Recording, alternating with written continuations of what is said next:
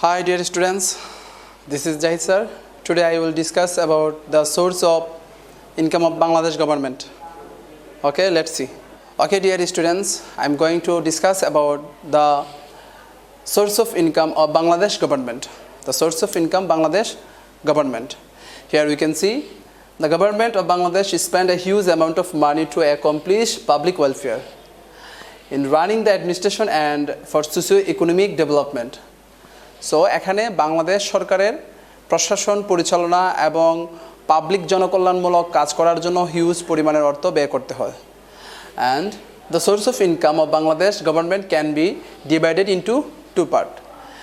এই জনকল্যাণ এবং প্রশাসনের আর্থিক ব্যয় ভার বহন করার জন্য বাংলাদেশ সরকারকে আয় করতে হয়। তো source of income হচ্ছে two types. Here source of income can be divided into two types. One tax revenue, another one extra tax revenue. Okay, here we can discuss about tax revenue. The income which is received from the taxes imposed on people and on various business firms and industries by the government is called tax revenue. যেগুলো হচ্ছে বাংলাদেশ সরকার বিভিন্ন কলকারখানার উপর যে কর ধার্য করে সেই ধার্যকৃত আয় হচ্ছে বাংলাদেশের কর রাজস্ব আয়। সো এখানে আমরা দেখতে পাচ্ছি we can see here number one first the customs শুল্ক বিভাগ। so the main source of income of the Bangladesh government is customs. Bangladesh সরকারের আয়ের প্রধান উৎস হচ্ছে customs. so the tax which is imposed on the export and imported goods for the country is called custom. একটা দেশের আমদানি এবং রপ্তানিকৃত পণ্য বা দ্রব্যের উপর যে কর আরোপ করা হয় সেটাকে কি বলা হয়? শুল্ক বা কাস্টমস। তাহলে আমরা বুঝতে পেরেছি customs, what is the customs. Another one excise duty, আবগারি শুল্ক। The tax which is imposed on goods produced and used inside the country is called excise duty.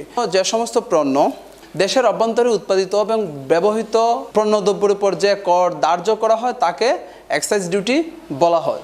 এখানে we can see here in addition to revenue collection, excise duty is also imposed on the purpose of reducing the consumption of various harmful goods. Bangladesh excise duty is imposed mainly on tea, cigarette, sugar, tobacco, kerosene, medicine, spirit, mass, wine, ganja, afim, etc.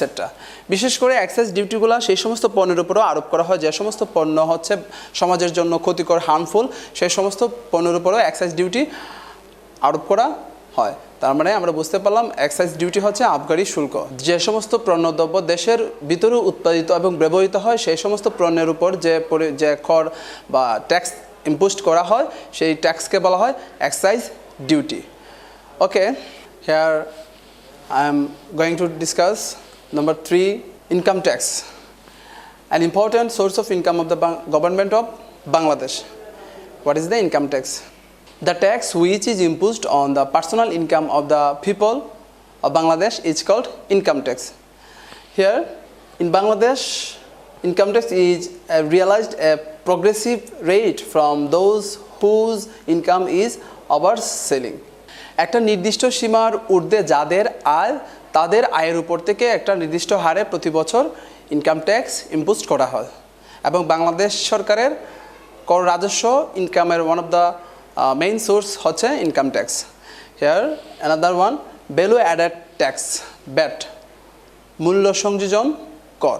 The value added tax is usually known as VAT in the tax system of Bangladesh.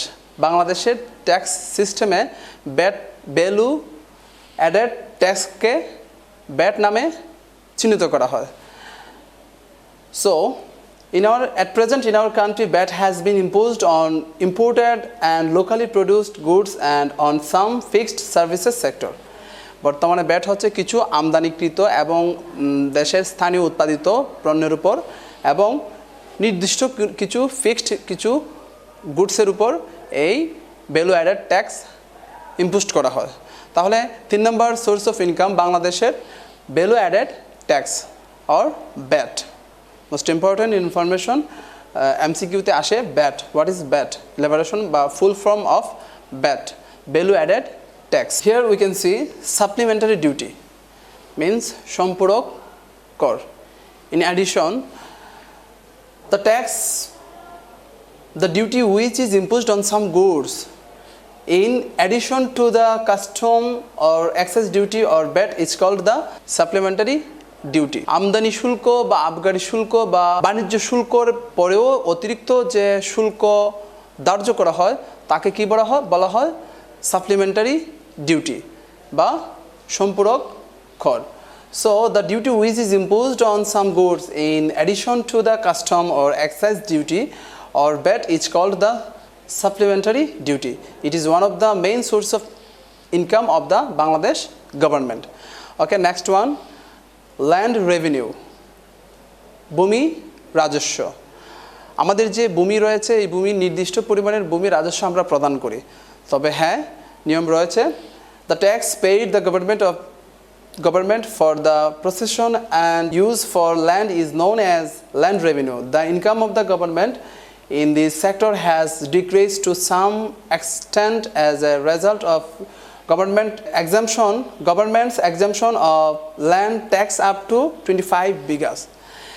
এই ভূমি রাজস্বতে বাংলাদেশ সরকারের আয়ের পরিমাণটা কিছু কম, অন্যান্য রাজস্ব আয়ের তুলনায় ভূমি রাজস্বের পরিমাণ কম। কারণ হচ্ছে এখানে 25 বিঘা ভূমি পর্যন্ত 25 বিঘা ভূমির খাজনা পর্যন্ত মওকুফ করে দেওয়া হয়েছে।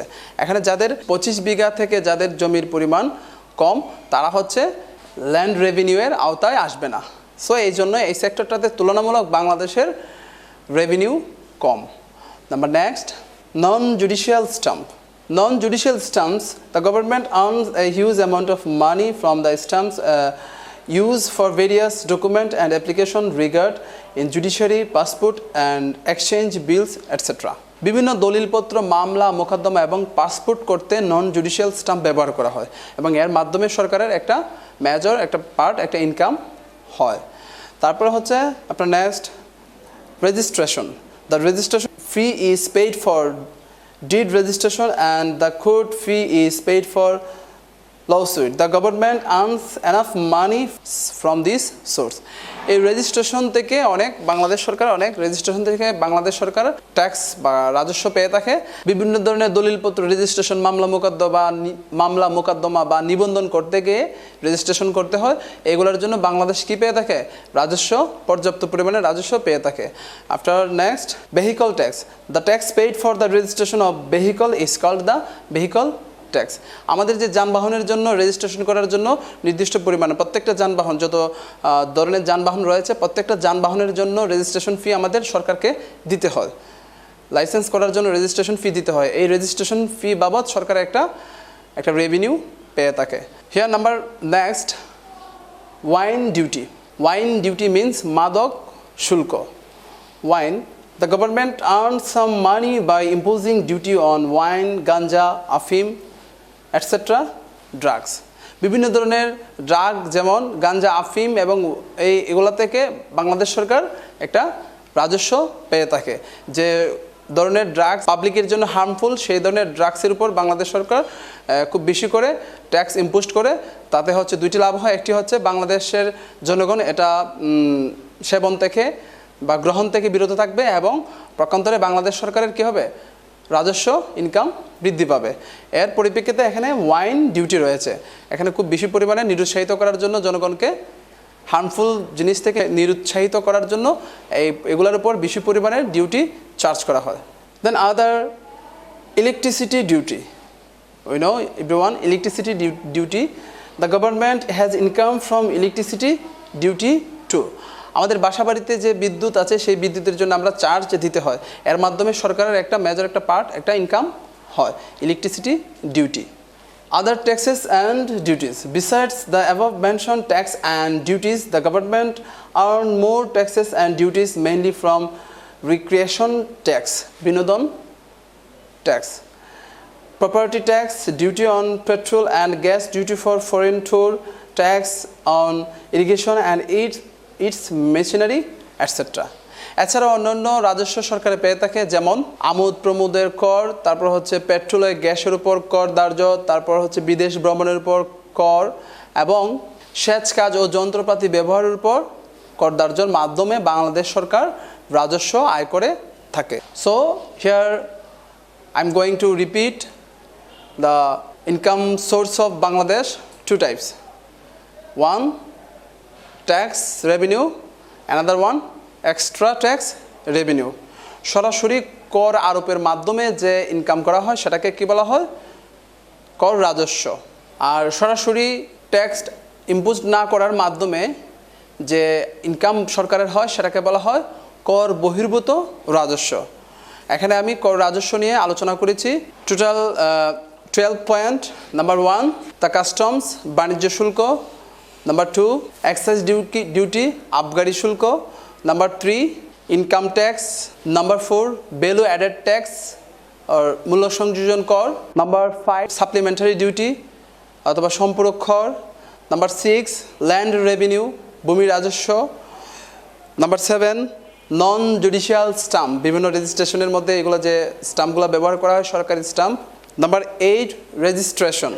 Number 9, vehicle tax. Number 10, wine duty. Number 11, electricity duty. Number 12, others charge and duty. এর মাধ্যমে হচ্ছে বাংলাদেশ সরকারের রাজস্ব ইনকাম হয়ে থাকে, রাজস্ব আয় হয়ে থাকে। Okay, dear students, no more today. Next class I will discuss about extra tax revenue. Okay, Allah Hafiz. Bye.